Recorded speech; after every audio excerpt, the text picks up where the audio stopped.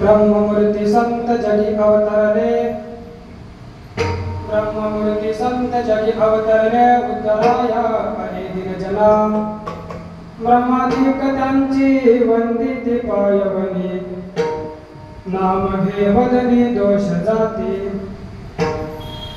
होका विषयी होका संग विषयी अलसक्ता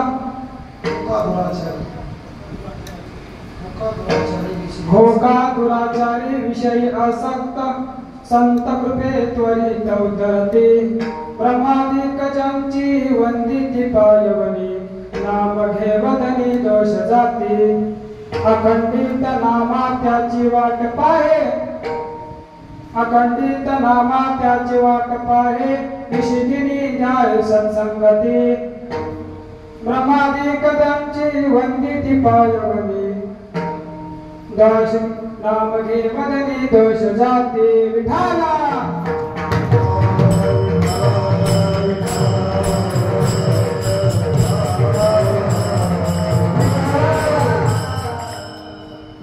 महायोग पीठे तटे भीमरत्यं वरं पुंडरीकाय दातुं मुनीन्द्रे समागत्य तिष्ठं तमानन्दकन्दं परब्रह्मलिङ्गं भजे पाण्डुरङ्गं पाण्डुरङ्गा करू प्रथम नमन पांडुरंगा करू प्रथम नमन दुसरे चरण संताच्या त्यांच्या प्रपादाने कथेचा विस्तारू बाबाजी सद्गुरु दास तुका वचन ऐका कमळापती ऐका कमळापती भजन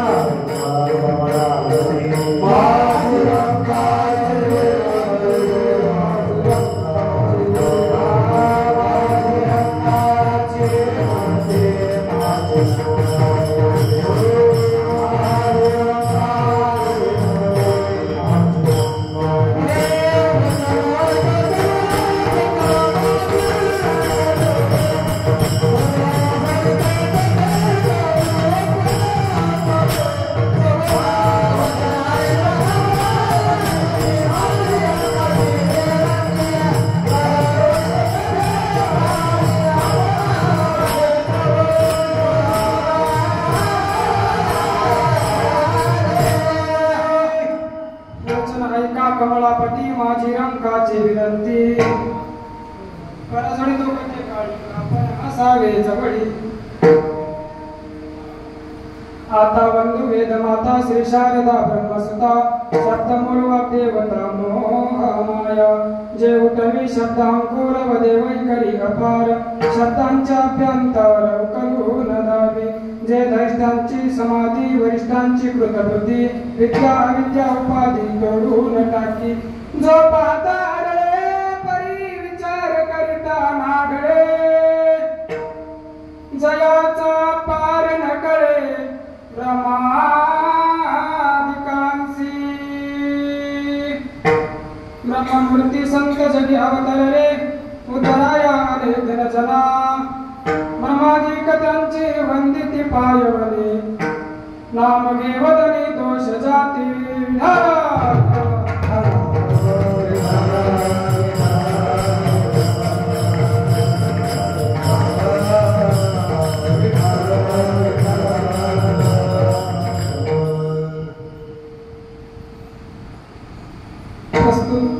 प्राप्त रूपी प्राप्त स्थळी प्राप्त प्रसंगी निवडलेला सकल संतांमध्ये ज्यांनी शिरोमणी ही पदवी मिळवली आणि वयाच्या 90 वर्षापर्यंत परमार्थाचं बीज फक्त मराठवाड्यापुरतं मर्यादित न ठेवता महाराष्ट्रापुरतं मर्यादित न ठेवता ज्यांनी वारकरी संप्रदायाची पदवी पताका वाळवंटामध्ये स्थायिक न ठेवता पंजाब प्रांतापर्यंत नेऊन पोहोचवली आणि पंजाब प्रांतापर्यंत नेऊन पोहोचून त्याचा प्रचार प्रसार केला आणि वारकरी समाजाची ध्वज अजून उंचावली. त्यांच्याबरोबर प्रत्यक्ष जगाचा बाप अतिशय प्रेम करतो. मी त्याच्या पुढे जाऊन सांगेन, मराठी साधू संतांनी अभंग लिहिले काही मोठे नवल नाही. मराठी ज्ञानोबांनी संस्कृतीत मधली जी ज्ञानेश्वरी दडली होती ती जगाच्या कल्याणाकरता, तुमच्या आमच्या कल्याणाकरता. मराठीमध्ये आमले याच्यात काही मोठं नवल नाही. परंतु जे पंजाबमध्ये शीख लोक आहेत त्यांनी सुद्धा माझ्या नामदेवरायांचे दोहे वाचावे. इतका आपला वारकरी संप्रदाय ज्या नामदेव महाराजांनी पंजाब पर्यंत नेऊन पोहोचला. आणि त्याच नामदेव महाराजांचा अभंग चार चरणाचा निवडलेला आहे. मिळाला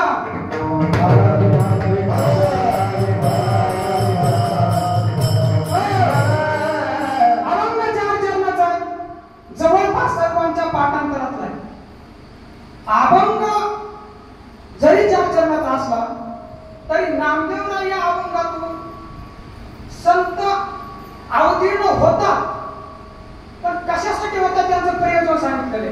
जर अभंगाचा आपण पूर्वार्ध बघितला तर संतांची ओळख करून दिली आणि अभंगाच्या उत्तरार्धामध्ये संतांचं प्रयोजन सांगितलेले.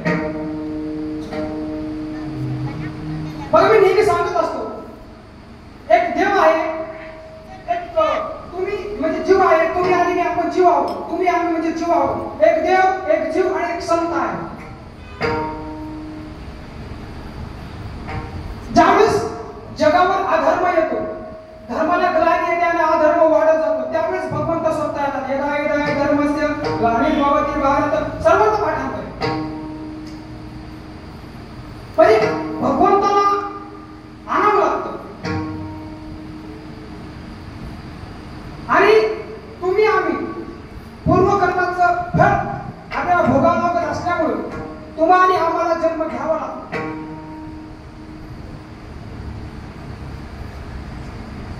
आपण किती जरी म्हणलं मला या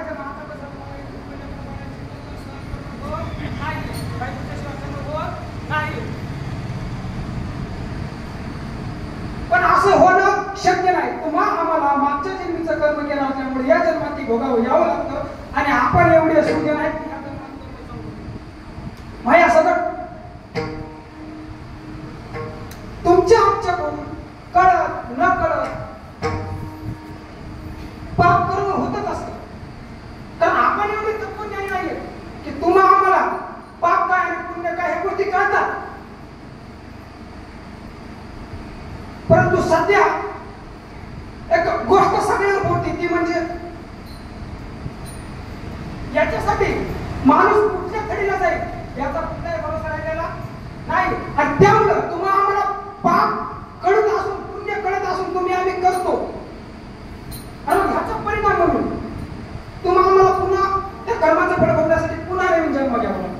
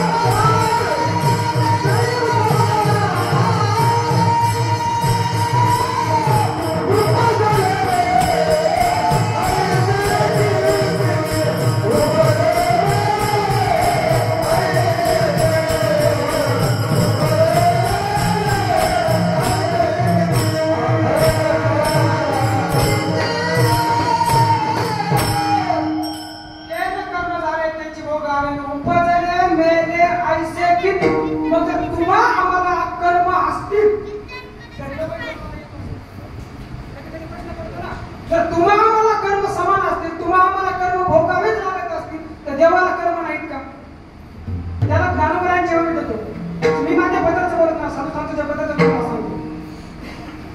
देवाला कर्म आहे, पण तो स्वतः कर्माची उत्पत्ती करतो, तो स्वतः मायेची उत्पत्ती करतो आणि तुम्हा आम्हाला मायेच्या तडाख्यात अडकून टाकतो. त्याच्यामुळे देवाला कर्म उपभोगता येत नाही किंवा देवाला कर्म करता येत नाही.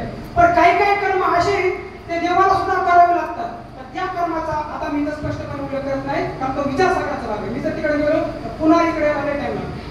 मला तुला अजून जायचं ना. ऐका, तुम्हाला माऊलीची जोडी देतो मी. आड मायेचे लावणी वस्त्र, एकटा बैसवी खेळवी सूत्र, बाहेर नटे छायाचित्र 84 लक्ष. म्हणजे मायेच्या पडद्याच्या आड तो असतो आणि बाकी सगळं कर्म करत असतो. ते कर्म फक्त तुम्हाला आणि आम्हाला भोगावं लागतं. बघा, मी ज्यावेळेस गुरुकुलामध्ये शिकायला होतो त्यावेळेस आमचे गुरुजी आम्हाला सांगायचे, म्हणायचे माणसाला कर्म भोगावेच लागतात. का? माणूस कर्मामध्ये बद्ध झालेला आहे, कर्मामध्ये बांधला गेलेला. का कर्मे बांधिला, हा माणूस जो आहे कर्मामध्ये बांधलेला गेलाय. कर्म भोगणं हा त्याचा नियम. काही काही नियम असे नियम बनवता येतात आणि तोडता येतात.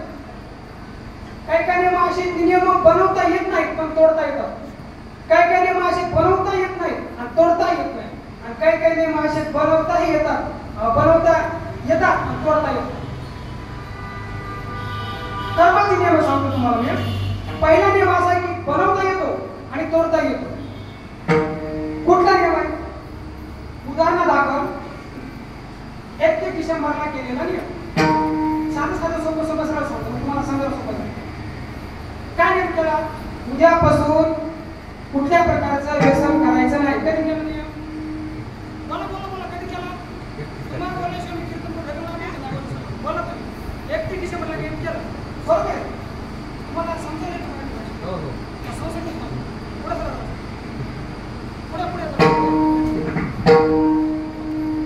31 डिसेंबरला केलेला नियम. काय नियम केला आपण संध्याकाळी? की उद्यापासून दारू प्यायची नाही. कधी नियम केला? संध्याकाळी 12 वाजता 31 डिसेंबर आणि 1 वाजता दारू प्यायला. म्हणजे 1 डिसेंबरला नियम केला तोडता येतो आणि मोडता त्याच्यामध्ये काही मोठं नव्हतं. त्यात काय मोठं नव्हतं? 31 डिसेंबरला नियम केला सकाळी मोठं. पण दुसरा नियम असा की नियम करता येतो, पण दुसरा नियम असा की नियम काढलेला आहे तो मोडता येतो. उदाहरण कसं झालं? आपल्या देशाचं संविधान. तुमच्या आमच्यापैकी एका महात्म्यानं ते संविधान लिहिलेलं आहे, त्याच्यावर पूर्ण देश चालतो. त्याच्यात नियम करताना केले सरकारच्या बापाला तर मोडाचा दंड बसावा लागेल. नियम बनवताना बनवले, पण आता मोडणं अशक्य, मोडता येत नाही. दुसरा नियम असा आहे की नियम बनवता येतो आणि म्हणजे नियम बनवलेला असतो आणि मोडता येतो. बनवलेला आहे आणि मोडता येतो. कुठला नियम आहे ते? उदाहरणार्थ आपण आपल्याला ज्यावेळेस वाहन चालवतो त्यावेळेस काय करायला पाहिजे असते? हे उजव्या बाजूकडून वाहन चालवतो, बरोबर आहे? आता डाव्या बाजूकडून एखादं बोर्ड आलं,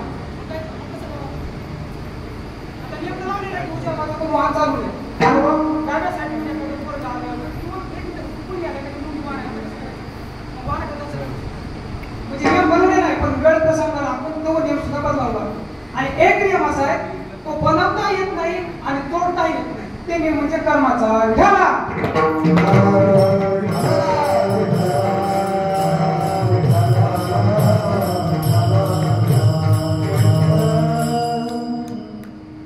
कर्माचा नियम आहे. कर्माचा नियम तुम्हालाही बदलता येत नाही, मलाही बदलता येत नाही.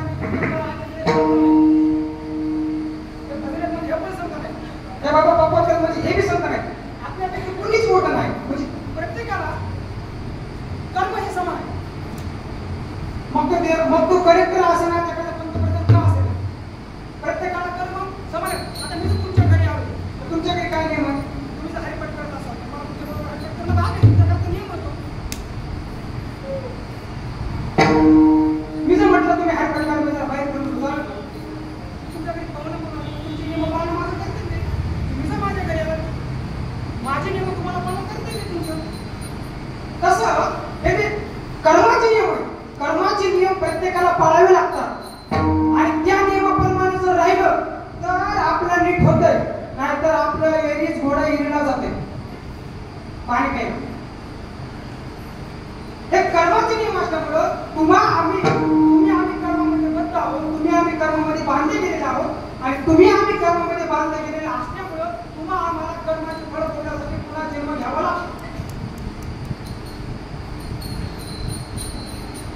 याच्या पुढे जाऊन सांगितलं झालं तर अजून याच्या पुढे जाऊन ज्या इंद्रियानं जे कर्म केलंय तेच कर्म त्याच इंद्रियाला तेव्हाच त्याच ठिकाणी तिथंच भोगावं. तुम्हाला उदाहरण देईन जर पाहिजे असेल. आणि ज्याच्या हातून कर्म झाले ते कर्म सुद्धा त्याच माणसाला भोगावं लागतं. कर्मापासून सुटते नाही. एक वेळ तुम्ही देव माना अथवा न माना, संत माना अथवा न माना, तो आपल्या बुद्धीचा दोष आहे. पण कर्म हे प्रत्येकाला समान आहे. कर्म मानावेच लागते. तिथून सुटते नाही. एका घरामध्ये दोन पती पत्नी राहतात आणि त्यांच्या घरामध्ये एक जुना पुराणा म्हणजे म्हातारा माणूस होता जे की त्या मुलाच्या वडील होते. त्या आजोबाचं वय झालेलं 75-80 पुढे वय गेलेलं. आणि एक दिवस त्याची बायको होती ती त्या मुलाला म्हणाली, अहो ऐकलं का? तो म्हणला काय? माझं असं म्हणणं आहे की मामांची आपल्या दास बघा. तो म्हणला वा कधीपासून बरं झालं तूच मला म्हणलीस, माझी जी गोळा लागली मला. ते मला झालं ना काय आता तुम्हाला एक असं कोणाचं संशय असेल की प्रत्येक लोक नवरा बायकोची म्हणजे जे पती पत्नी आहेत त्यांच्या दृष्टांत काय देतात त्याचं कारण तुम्हाला आज सांगतो. ऐका.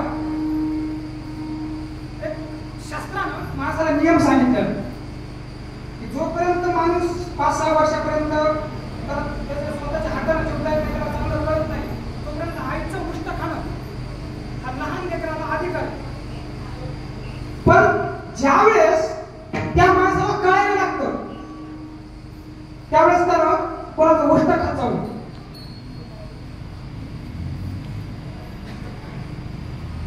काय उष्ट खायचं नाही? उच्चिष्ट वेगळं आहे आणि उष्ट वेगळं आहे का? उष्ट एक नाही. आता हा नंतरचा भाग आहे. तो विषय याच्यामध्ये येत नाही. उष्ट खायचं नाही. ज्यावेळेस माणूस समोरच्या माणसाचं उष्ट खातो त्यावेळेस माणसाची बुद्धी कशी होते, माणसाचं मन कसं होत असतं. आणि जी माणसं उकडगावची नाही आमच्या बाजूची उकडगावची नाव थांबायचं दोन. जी माणसं पत्नीचं उष्ट खातात ती माणसं पूर्णपणे पत्नीच्या आहारी जातात. तेव्हा तुमचं म्हणणं काय? खरं की खोटं? त्याच्यामुळे माणसाला उष्ट खायचं नाही. आणि मग ती पत्नी त्या मुलाला तसं म्हणल्याच्या नंतर त्या मुलाला सांगितलं ठीक आहे म्हणे जाऊ.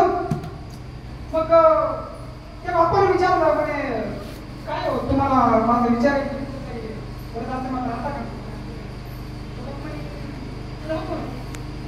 पण म्हातारा जरा खडकून मला ते सांगतो नाही का. पण तसं झाल्याच्या नंतर त्याला वृद्धाश्रमात घेऊन ठेवलं आणि तुम्हाला विचारनुसार त्या पोराला कळलं की पोर मला या ते माणूस आमच्या वडील एका वृद्धाश्रमात ठेवायच्या लायकीच नाही. कारण आपण कुठे जंगलात घेऊन सोडू. हा दुसऱ्या दिवशी माझ्याकडे लांब फिरायला गेला जंगलात सोडला. म्हातारी माणसं कुठेही घेऊन सोडा, कुठेही घेऊन सोडा बरोबर घरी येणार. म्हणजे हसण्याचा विनोदाचा भाग नाही. त्यांची जी बुद्धी असते ती बुद्धी बरोबर झालेली असते. आणि आपल्यापेक्षा हा आहे ना त्याच्यामुळे आपल्या बुद्धी आपली प्रबळ नाही. म्हातारी माणसं जुनी पुराणी असते त्यामुळे त्याची बुद्धी प्रबळ झालेली असते आणि त्या सगळ्या अनुभवातून ती केलेली असतात म्हणून ती पटकन कधी आली. मग दुसऱ्या दिवशी घरी मग आता हे असा प्लॅन आखला. मी का सांगतोय? जिथं कर्म केले तुमचं ज्या हाताने कर्म झाले ज्या ठिकाणी कर्म झाले तुम्ही जसं कर्म केलं तसंच तेच आणि तेव्हा तुमच्या वाट्यात येईल. हा आपला विषय आहे बरोबर. तर हा माणूस हा याचा मुलगा यानं विचार केला की आपल्याला कुठं लांब तीर्थयात्रेला घेऊन जाऊ. आणि तीर्थयात्रेला घेऊन गेल्याच्या नंतर यानं विचार केला त्याला काशीला घेऊन जाऊ. मला सांगितलं की आता तुमच्या वतीनं काशीला जायची मी बॅग भरा आपण त्या काशीला घेणार मी मला मग त्याला बॅग भरायला घेतली आणि बाबा कपडे काय लागले आणि आपण वापस यावं लागलं. त्याने विचार केला नाही हात वापस पण ठीक आहे म्हणजे बरं. रात्री 2 वाजता गाडी काशीला पोहोचली. काशीला पोहोचली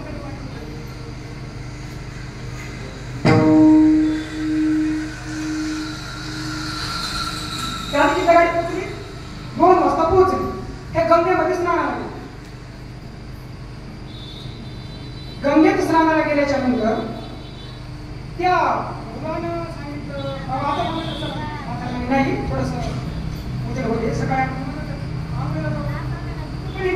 कोण सांगते नाही म्हणे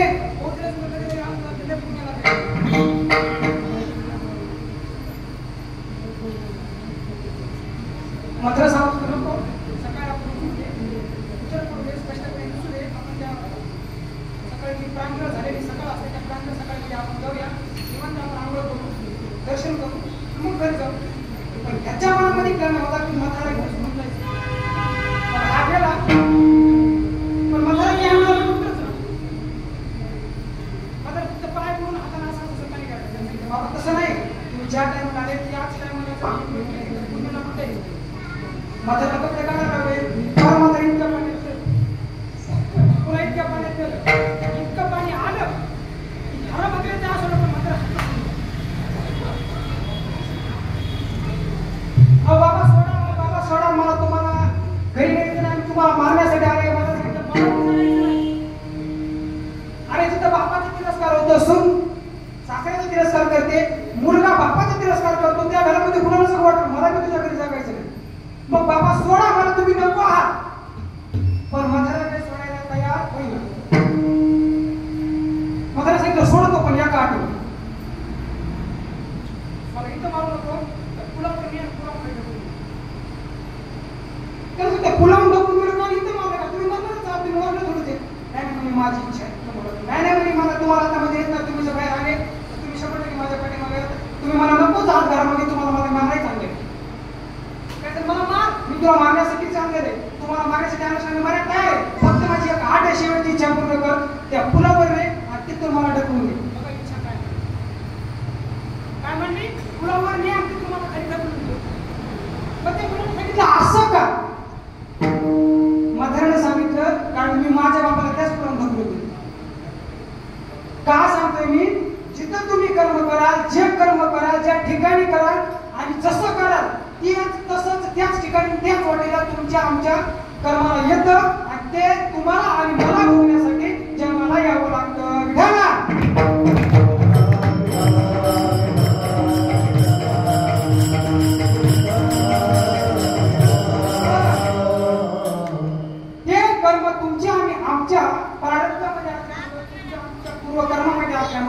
तुम्हाला आणि मला त्या नियमामध्ये आपण बद्ध आहोत आणि त्या नियमामध्ये बद्ध असल्यामुळे जखडले गेले असल्यामुळं बांधले गेले असल्यामुळं आपल्याला तुम्हाला आणि मला त्या कर्माचे फळ घेण्यासाठी त्या कर्माचे फळ घेण्यासाठी पुन्हा जन्माला यावं लागतं आणि तिसरे आहेत संत संताला आणायची गरज नाही संत आपोआपच येतात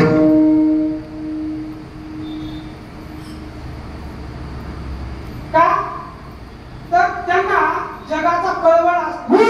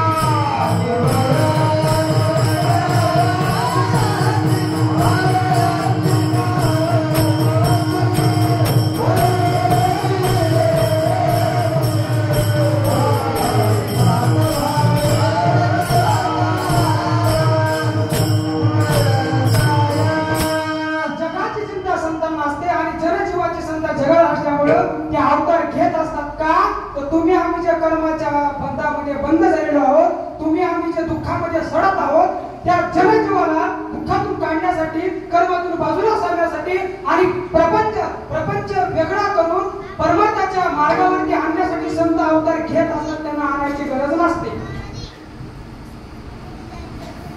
अर्जुनाचा मोह नाहीसा करण्यासाठी देवानं भगवद्गीता सांगितली आणि ती भगवद्गीता देवानं सांगितल्याच्या नंतर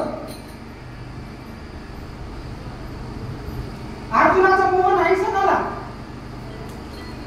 5000 वर्षापूर्वी कुरुक्षेत्रावरती अर्जुनाचा मोह नाशासाठी देवाने भगवद्गीता सांगितली खरी. अर्जुनाचा मोह नाहीसा झाला खरा, पण नंतर येणाऱ्या कालखंडामध्ये तुम्हाला मला संस्कृती भाषा कळेना, संस्कृती भाषा जगाशी कळेना म्हणून चिंता लागली देवासी.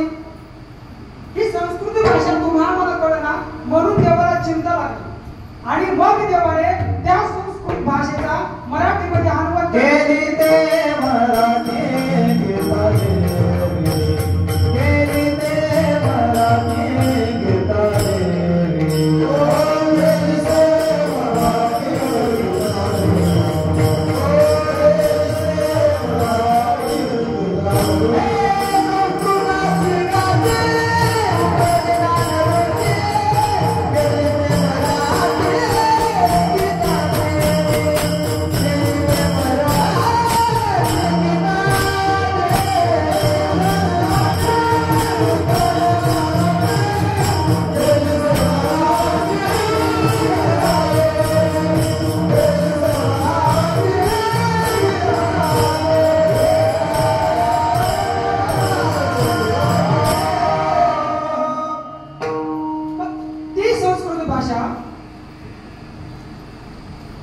जगाला कळण्याकरिता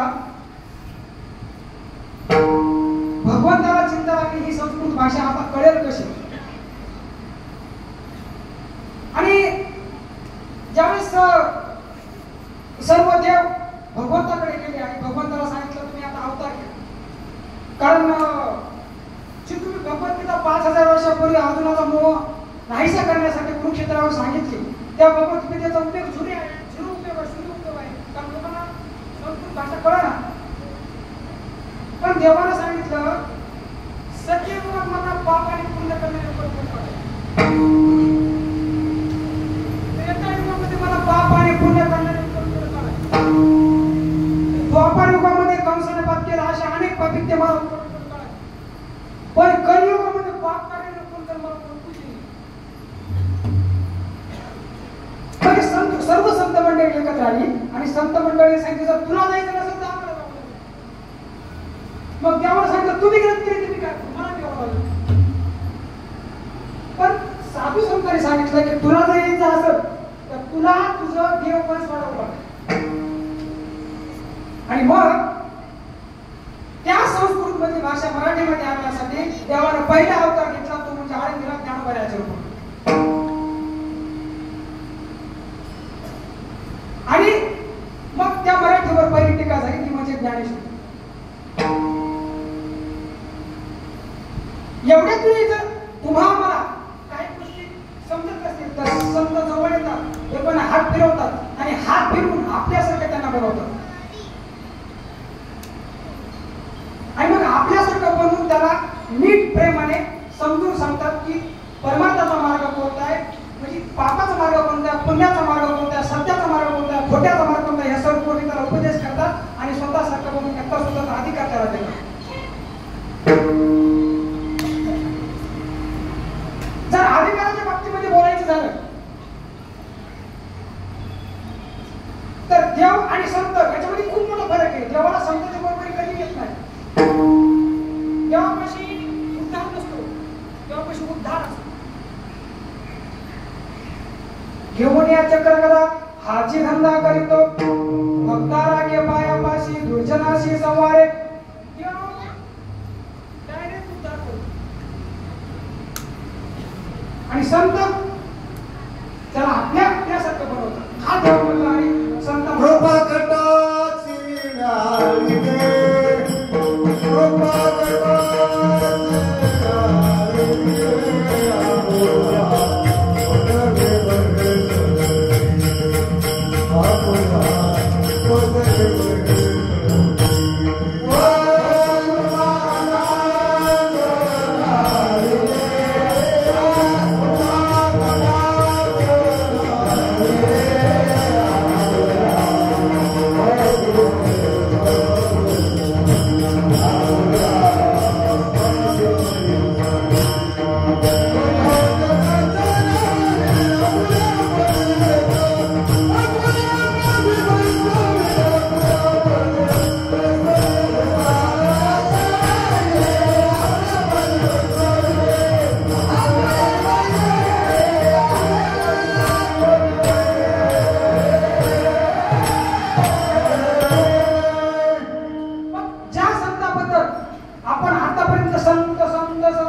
तुझं मनच आलं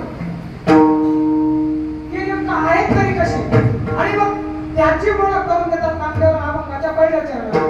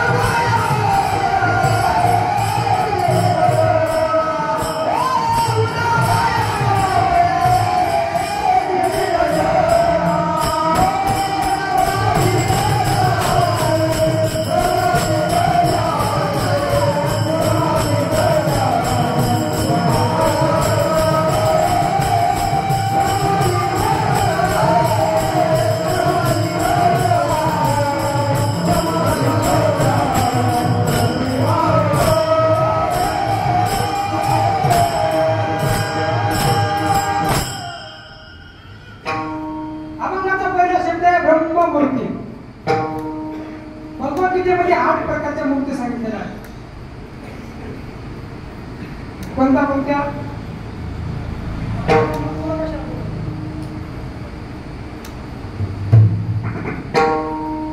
एक मूर्ती आहे दगडाची, दुसरी मूर्ती आहे लाकडाची, तिसरी मूर्ती आहे फायबरची,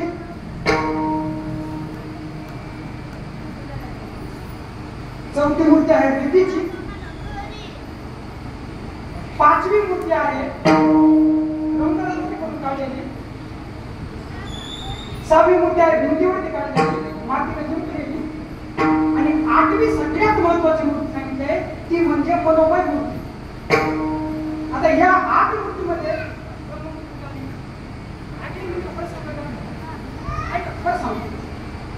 पहिली मूर्ती दगडाची, दुसरी मूर्ती लाकडाची, तिसरी मूर्ती फायबरची, चौथी मूर्ती प्लास्टिकची, रंगरंगोटी करून काढली, सहावी मूर्ती जिंकलेली, सातवी मूर्ती चित्रकाराने काढलेली, आणि 8वी मूर्ती मनोमय मूर्ती. आता या मूर्तीमध्ये ब्रह्ममूर्ती झाली ब्रह्ममूर्ती आली का? ब्रह्ममूर्ती म्हणजे जसं ब्रह्म निरंकार निसंग निरंकार शाश्वत शुद्ध आणि मुक्त, जसं ब्रह्म निसंग निरंकार आहे, शाश्वत मुक्त ज्ञानी आहे, तसं संत हे निरंकार निर्विकार आहे आणि शाश्वत मुक्त बद्ध आणि मुक्त आहे, ज्ञानी आहे, आणि म्हणून मग त्यांना ब्रह्ममूर्ती पदवी दिलेली. दुसरा शब्द काय आहे? संत. संत पाहत असताना लोकांच्या मनात भरते म्हणजे काय काय वेगवेगळ्या प्रकारचे भ्रम निर्माण होतात. लोकांना काय वाटतं एखाद्याकडे मोठी गाडी आहे, बंगला आहे म्हणजे तो संत झाला. आता पाठीमागं 4-5 शिष्यांना मिळाला म्हणजे तो संत झाला. त्याला संत म्हणत नाही. आमची मुक्ताबाई छान प्रकारे वर्णन करतात. संत कोणाला म्हणतात? संत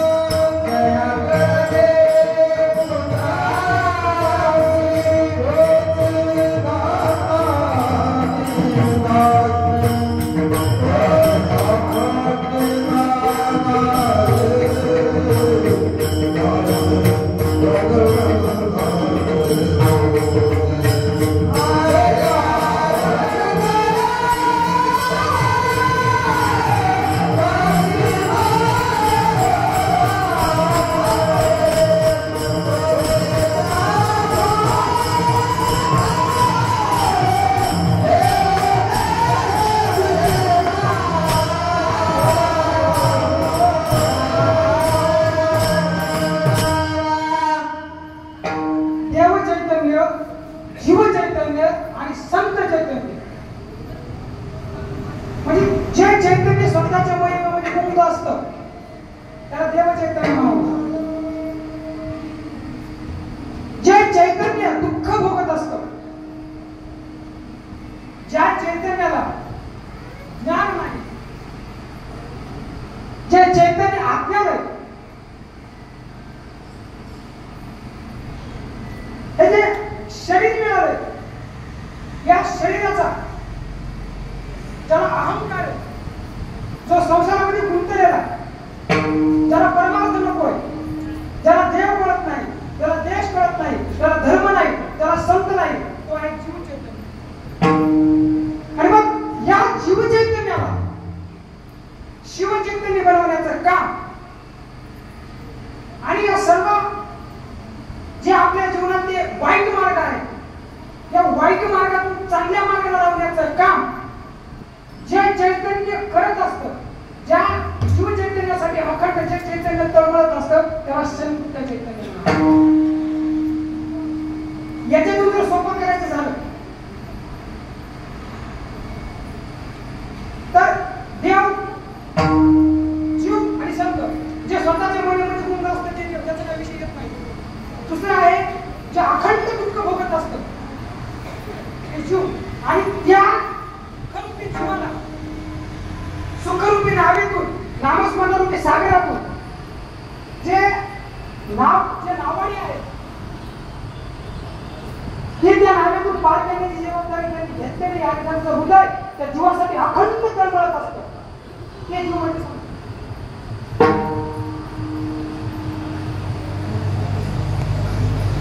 आणि या संतानं ही जिम्मेदारी घेतल्यामुळे येत असतात. बघा, जिज्ञासू आहे, मुक्त आहे, ज्ञानी आहे, संत आहे. ज्यानं आपलं कल्याणाच्या मार्गाकडे जो कल्याण केलं नाही त्यानं आणि कल्याणाच्या पलीकडे गेलेलं आहे त्याला जिज्ञासू म्हणतात. ज्याला कल्याण कळतच नाही, ज्याला आपल्या जीवनाचं कल्याण कशात आहे याचं तीळ मात्र ज्ञान नाही, जो विषय इंद्रियामध्ये गुंतलेला आणि ज्याला इंद्रिय आपल्या हातीत करता येत नाही, जो देवाच्या जवळ जाऊ शकत नाही, देवाच्या चरणाजवळ जाऊ शकत नाही, ते आहे जीव. जो कल्याण करून कल्याणाच्या पलीकडे गेलेला आहे तो आहे मुक्त. आणि मग जगाचं कल्याण कसं होतं, जीवाचं कल्याण कसं होतं हे जे दाखवतात, हे जे कल्याणासाठी जे धडपडतात ते आहेत संत. जगाच्या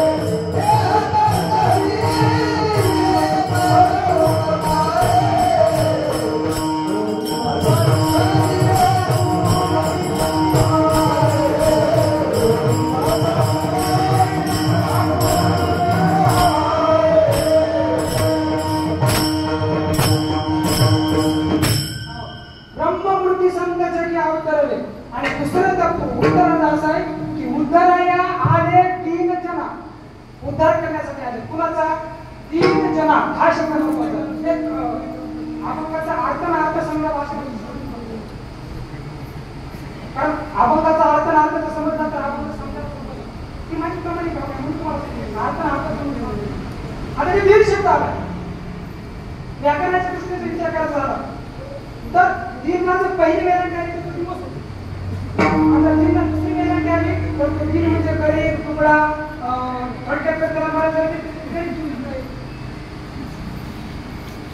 मग अशा 3 जण उद्धार करण्यासाठी येतात. आता ह्याच्यामध्ये गरीब कुणाला म्हणावं हे काय मग ज्याला भाकरी मिळत नाही तो गरीब का? नाही. ज्याला कपडे लत्ते मिळत नाही ते गरीब का? तेही गरीब नाही. ज्याला समाजामध्ये मान प्रतिष्ठा नाही म्हणजे उपेक्षेने जीवन जगतो त्याला गरीब म्हणावं का? तर त्यालाही नाही. गरीब याच्यापैकी कुणालाच म्हणायचं नाही. आमच्या तुकोबऱ्यांनी फार छान प्रमाण दिलं गरीब कुणाला म्हणा, कारण समाजामध्ये मान मिळणं, कपडे मिळणं, भोजन करण्यासाठी अन्न मान हे जे आहे हे अन्न मान धन हे तो प्रारब्ध आहे. हे आपल्या प्रारब्धावर आहे. मग गरीब कुणाला म्हणावं? गरीब त्याला म्हणावं जो जन्माला येऊन या देहाचं मान्य केलेला आहे, जो विषयामध्ये रममान झालेला आहे, जो इंद्रियाच्या मागे सैरावैरा धावतो, जो इंद्रियाच्या मागे सैराट धावतो, ज्याचं मन दुसऱ्या बाबतीत प्राणघळ नाही, जो प्रत्येक इंद्रियाला आपलं मानतो आणि इंद्रिय जे जे करीतील इंद्रिय जे सांगतील तो पुरुष करत असतो. इंद्रिय जे म्हणतील पुरुष जे ते करीतील तरणी न करते विषय सिद्ध. म्हणजे जे आपले इंद्रिय सांगतात त्या ज्या पद्धतीने इंद्रियाच्या पाठीमागे जातात त्याला म्हणावं तुम्ही. मग आशांचा उद्धार करण्यासाठी संत अवतार घेत असतात. मग आता बघापासून संत अवतार घेत असतात, संत अवतार घेत असतात. नेमका संतांचा अधिकार तरी काय? अधिकार सांगत असताना ज्ञानदेव महाराज सांगतात अभंगाच्या 2ऱ्या चरणामध्ये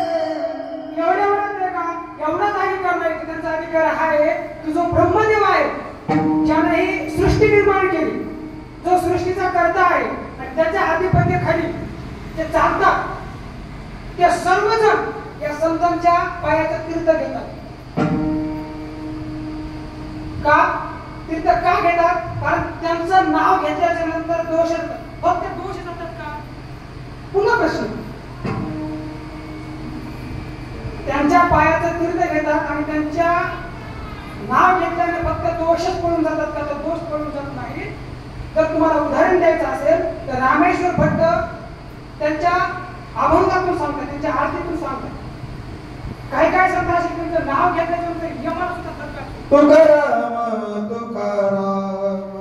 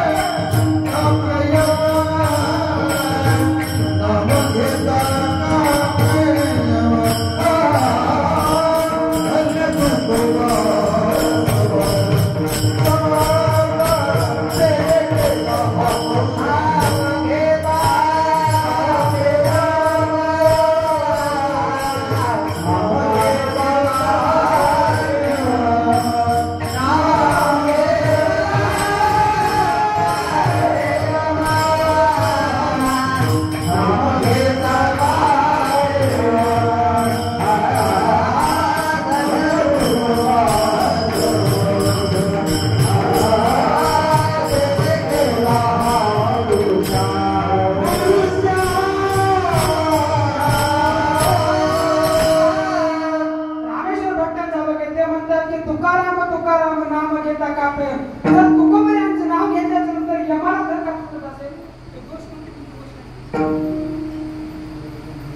फक्त दोष जात नाही तर जे माणसाच्या अंगात दुर्गुण आहेत, जी दुर्बुद्धी आहे, दुर्बुद्धी सुद्धा नाहीशी होते. वा त्यांच्या चरणाचं आपण दर्शन घेतो ते माणसाच्या मनाला परिणाम होतो. त्याच्यामध्ये कुठलीच प्रकारची मोठी गोष्ट नाही. ज्ञानोबराची भिंत चालवली, काहीच मोठं नव्हतं. हा तिचं भिंत चालली नसती तर नव्हतं. रेडा बोलला नको काहीच नाही. ते जर रेडा बोलला नसता तर नको. फक्त रेडा बोलत असेल, भिंत चालत असेल तर दोष कोणती मोठी गोष्ट आहे. तो कोण आहे? इंद्रायणची काठी भजन करत असताना मध्ये स्नानाला गेले आणि स्नानाला गेल्याच्या नंतर एक तुमच्या अंतसारखा दुर्कृतीवाला माणूस आला आणि त्या शिळेवर बसून जे भजन करीत होते त्या शिळेवर त्यांनी काही पैसे देऊन टाकले आणि पैसे देऊन टाकल्याच्या नंतर तुम्हाला करून वर आले आणि बघितलं तर त्या शिळेवर पैसे टाकले नसते. तुकोबाराने त्या शिळेला सांगितलं आजपासून तुझ्यावर मी भजन करणार नाही. तुला आता बड्डा लागलेला, तू पैसे का स्वीकार केलेस? तुझा बड्डा आता धुवून निघू शकत नाही, त्यामुळे तू पण मी तुझा स्वीकार करणार नाही. तुला माझ्यापासून परामर्श केलं तू स्वीकार करणार नाही. आहे कोणती? कोण आहे? शिळा सजीव आहे का? नाही, निर्जीव आहे. पण पुढचा आहे का? ज्यावेळेस तू तुकोबाराच्या तोंडून हे उद्धार निघाले त्यावेळेस मला शिळा असून रडायला लागली. शिळा असून रडायला लागली आणि त्या शिळेने तुकोबाराची माफी मागितली. त्या शिळेने सांगितलं मला मला माफ करा, माझी फार मोठी चूक झाली. पण तुम्ही असं माझ्यापासून नाराज होऊन जाऊ नका, तुम्ही माझी स्वीकार करा. तुकोबाराने सांगितलं नाही. एक वेळेस माणसाला कलम नाही धुवून निघू शकतो, पण हा तुझा डाग आलेला पैशाचा हा तुझ्यामध्ये धुवून निघू शकत नाही. महाराज तुम्ही शिळा उडाली आणि तिने स्नान करून पुन्हा त्या ठिकाणी आणि मग ती पुन्हा लढायला लागल्याच्या नंतर तुकोबाराने सांगितलं मी तुझा स्वीकार तर करतो, पण तुला जे बट्टा लागलेला आहे ते बट्टा मात्र तुला निघू शकत नाही. महाराज तुकोबाराचे हे कठोर शब्द ऐकल्याच्या नंतर त्या शिळेला छिद्र पडले आणि आजही ती शिळा तुम्ही जा घेऊन तुम्हाला तुकोबाराच्या मंदिरात आजही ती शिळा आहे, तिचा अर्धा तुकडा पडलेला. त्या अर्धा तुकडा इथे कुठे नसून अर्धा तुकडा अमेरिकेच्या लोकांनी दिला. मग जर इच्छुक वस्तूमध्ये हा बदल होत असेल तर दोष लावा कोणती मोठी गोष्ट नाही. मग फक्त त्यांच्या नामस्मरणाला करून जातात म्हणून ब्रह्माजी त्यांची पायवडी घेतात का, त्यांच्या पायवडी घेतात का? तर नाही, त्यांचा अजून अधिकार सांगतात. आपण विषयी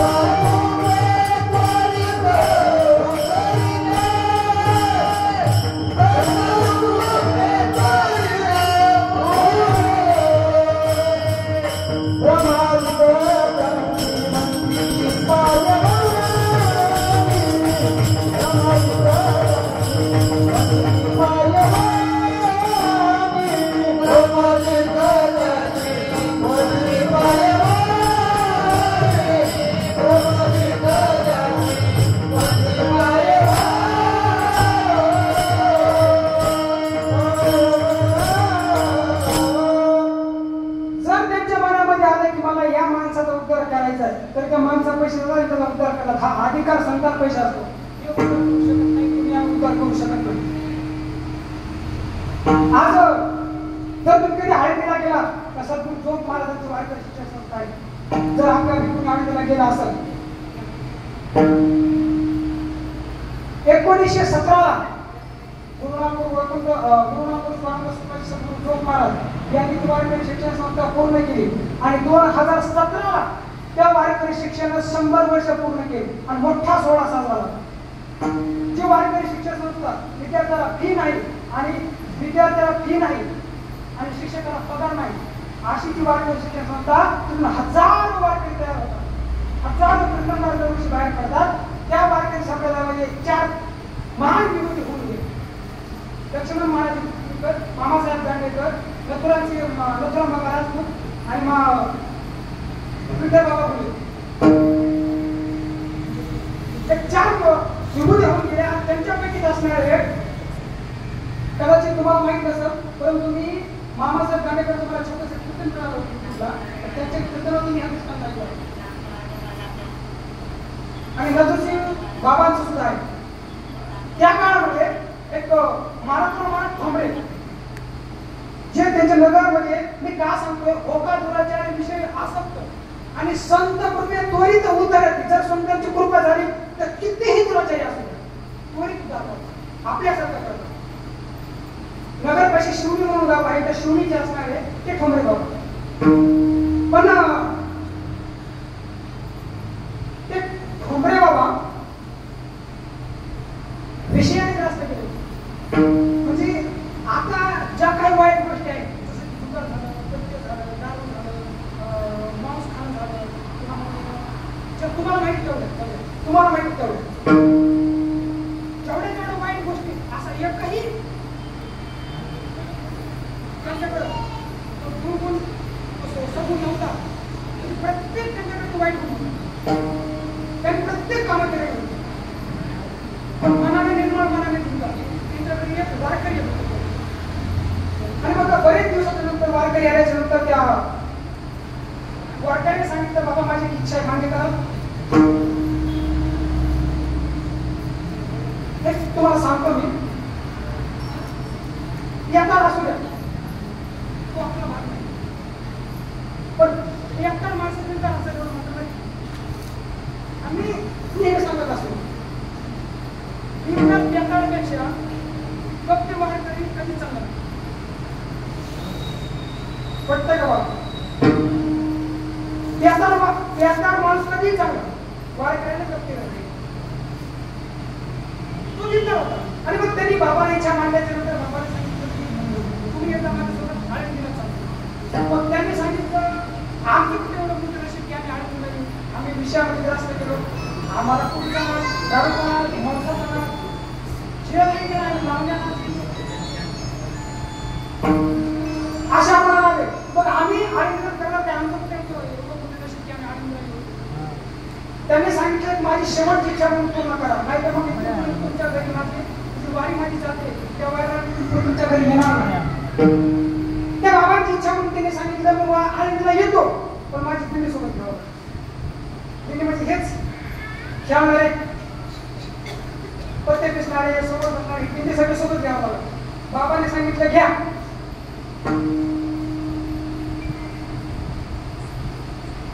मग सगळे घेण्याच्या नंतर आळंदीला आले. आळंदीला आल्याच्या नंतर बाबा पुढे आले. पुढे बाबांनी त्या काळामध्ये 1000 वर्षाखाली मार्तंड बाबा नावाचे होते आणि त्यांनी त्या 1000 वर्षाखाली ज्ञानेश्वरी वाचनाचं काम करायचं. आणि मग ते वारकरी पुढे आले आणि त्या मार्तंड बाबाला सांगितलं की आज एक माणूस तुमच्याकडे येतोय त्याचा तुम्हाला उद्धार करायचा आहे. बाबाला सांगितलं की मी पण उद्धार करणार. मग सांगितल्याच्या नंतर त्याने सांगितलं की तुम्ही येऊ द्या. मग ठोंबरे बाबा आले. मार्तंड बाबाचं दर्शन घेतलं आणि मार्तंड बाबाने त्याला चिठ्ठी देऊन दिली. सांगितलं ही चिठ्ठी तुम्ही माऊलीच्या समाधीवर ठेवा दर्शन घ्या. चिठ्ठी ठेवली. चिठ्ठीवर असं लिहिलं होतं हा माणूस विषयामध्ये ग्रासलेला आहे परंतु याला याच्या कर्माचं तर देऊ नका. याला सगळा पश्चाताप होतोय. माऊली एवढा माणूस विनंती आहे एवढा माणूस तुमच्या माऊलीच्या चरणावर माऊलीच्या सामने डोकं ठेवलं आणि क्षणार्धामध्ये बुद्धी पालट झाली. क्षणार्धामध्ये पालट झाली त्याची. आणि बुद्धी पालट झाल्याच्या नंतर ती बुद्धी बाहेर येते आणि भव्य कपडे घालते. आणि भव्य कपडे घालून जसे हैबतराव बाबांनी ज्ञानोबरायाच्या गाभाऱ्यामध्ये पायात पैंजण घालून हात गळ्यामध्ये विना टाकून नाचून भजन केलं, त्या पद्धतीनं ते ठोंबरे बाबा स्वतःच्या गळ्यामध्ये विना टाकला, पायात पैंजण बांधले, हातामध्ये चिपळ्या घेतल्या, अंगामध्ये भव्य कपडे घातले आणि आपला संपूर्ण देह ज्ञानोबरायाला अर्पण केला. का सांगते मी?